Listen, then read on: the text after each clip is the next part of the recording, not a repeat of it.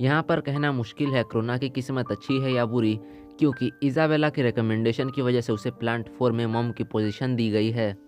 उसे तुरंत निकलना है और गेट के पास उनकी ग्रैंड माँ इंतज़ार कर रही है। लेकिन क्रोना इतनी जल्दी हार नहीं मानेगी। वो किसी भी हालत में इज़ाबेला को सबक सिखा कर रहेगी। इज़ाबेला के जाने के बाद वो अपने हाथ में कुछ चीज़ें पकड़कर कहीं जा रही है। अब सीन कट होता है और क्रोना अपना सामान लेकर गेट की तरफ जा रही है। कुछ वक्त बाद वो गेट पर पहुंच जाती है जहां पर ग्रैंड माँ उसका इंतज़ार कर रही है।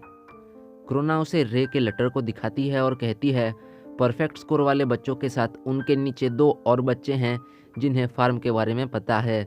हमें जल्दी से कुछ करना होगा।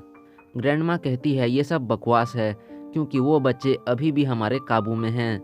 और रही बात इज़ाबेला को रिप्लेस करने की, तो क्रोना के पास कभी चांस था ही नहीं। इज़ाबेला और उसका प्लान बहुत खास है और असल मुसीबत है क्रोना। क्रोना पागलों की तरह हंसने लगती है क्योंकि वो समझ गई है कि सब मिलकर काम कर रहे हैं। इतने में दरवाज़ा बंद होने लगता है और पीछे से एक मॉन्स्टर आता है। दूसरी तरफ घर में सब अपना लंच शुरू करते हैं।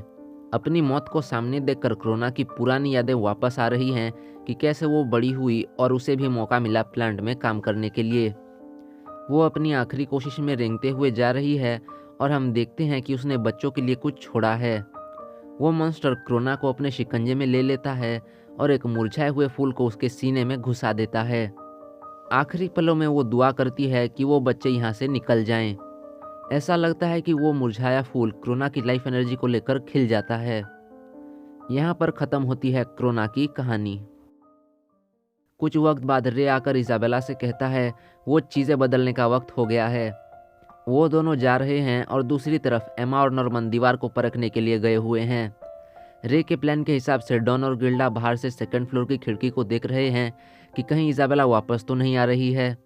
अभी तक रे को पता नहीं था कि क्रोना जा चुकी है, लेकिन इज़ाबेला के बताते ही रे समझ जाता है कि इज़ाबेला ने सबको चकमा दे दिया है।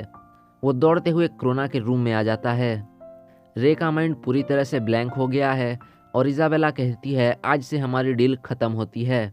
अब रे को एक और बड़ा झटका लगता है। इज़ाबेला अपना पॉकेट वॉच निकालती है तो रे उसे पकड़ लेता है। इज़ाबेला उसे पीछे ढकेल देती है और बाहर से दरवाजे को बंद कर देती है।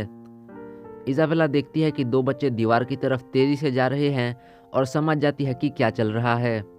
इज़ाबेला उन्हें पकड़ने चली जाती है और एक फ्रस्ट्रेटेड रे दरवाजे को तोड़ने की नाकाम कोशिशें कर रहा है। जब डॉन और गिल्डा देखते हैं कि इज़ाबेला बाहर आ गई है लेकिन रे ने कोई सिग्नल नहीं दिया है, तो वो समझ जाते हैं कि कुछ तो गड़बड़ है। डॉन जल्दी से जाकर चेक करता है कि रे कहाँ पर है। रे को ढूंढते ही वो एक झटके में गेट को तोड़ देता है। इसके बाद दोनों नीचे आते हैं और सब मिलकर इज़ाबेला को रोकने के लिए भागने लगते हैं। वो दोनों नोटिस करते हैं कि कोई करीब आ रहा है, तो एमा टेबल क्लॉथ को साइड में फेंक देती है। झाड़ियों के बीच से इज़ाबेला निकलकर उनके पास आती है। दोनों मुस्कुराते हुए पूछते हैं कि क्या बात है। इज़ाबेला उन्हें ये सब नाटक छोड़कर अपनी किस्मत को अपनाने के लिए कहती है।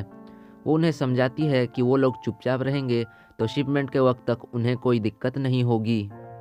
ये सब सुनकर एमा का खून खौलने लगता है और नॉर्मन उसे रुकने को कहता है। इज़ाबेला कहती है चलो वापस चलते हैं क्योंकि इसी में तुम्हारी भलाई है। वो दोनों एक दूसरे को देखते हैं और कुछ डिसाइड कर लेते हैं।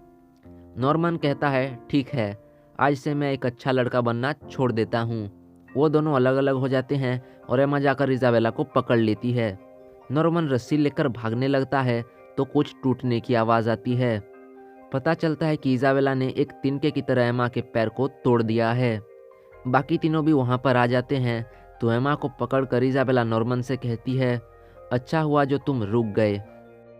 सीन कट होने पर देखते हैं कि घायल एमा को देखकर बच्चे भी पूरी तरह से घबरा गए हैं। अब फ्लैशबैक में हमें दिखाया जाता है कि इज़ाबेला एमा से कहती है अब तुम कल बिल्कुल भी दिक्कत नहीं दोगी। उसके कहने का मतलब है कल नॉर्मन को शिप किया जाएगा जो अब बहुत आसानी से निपट जाएगा।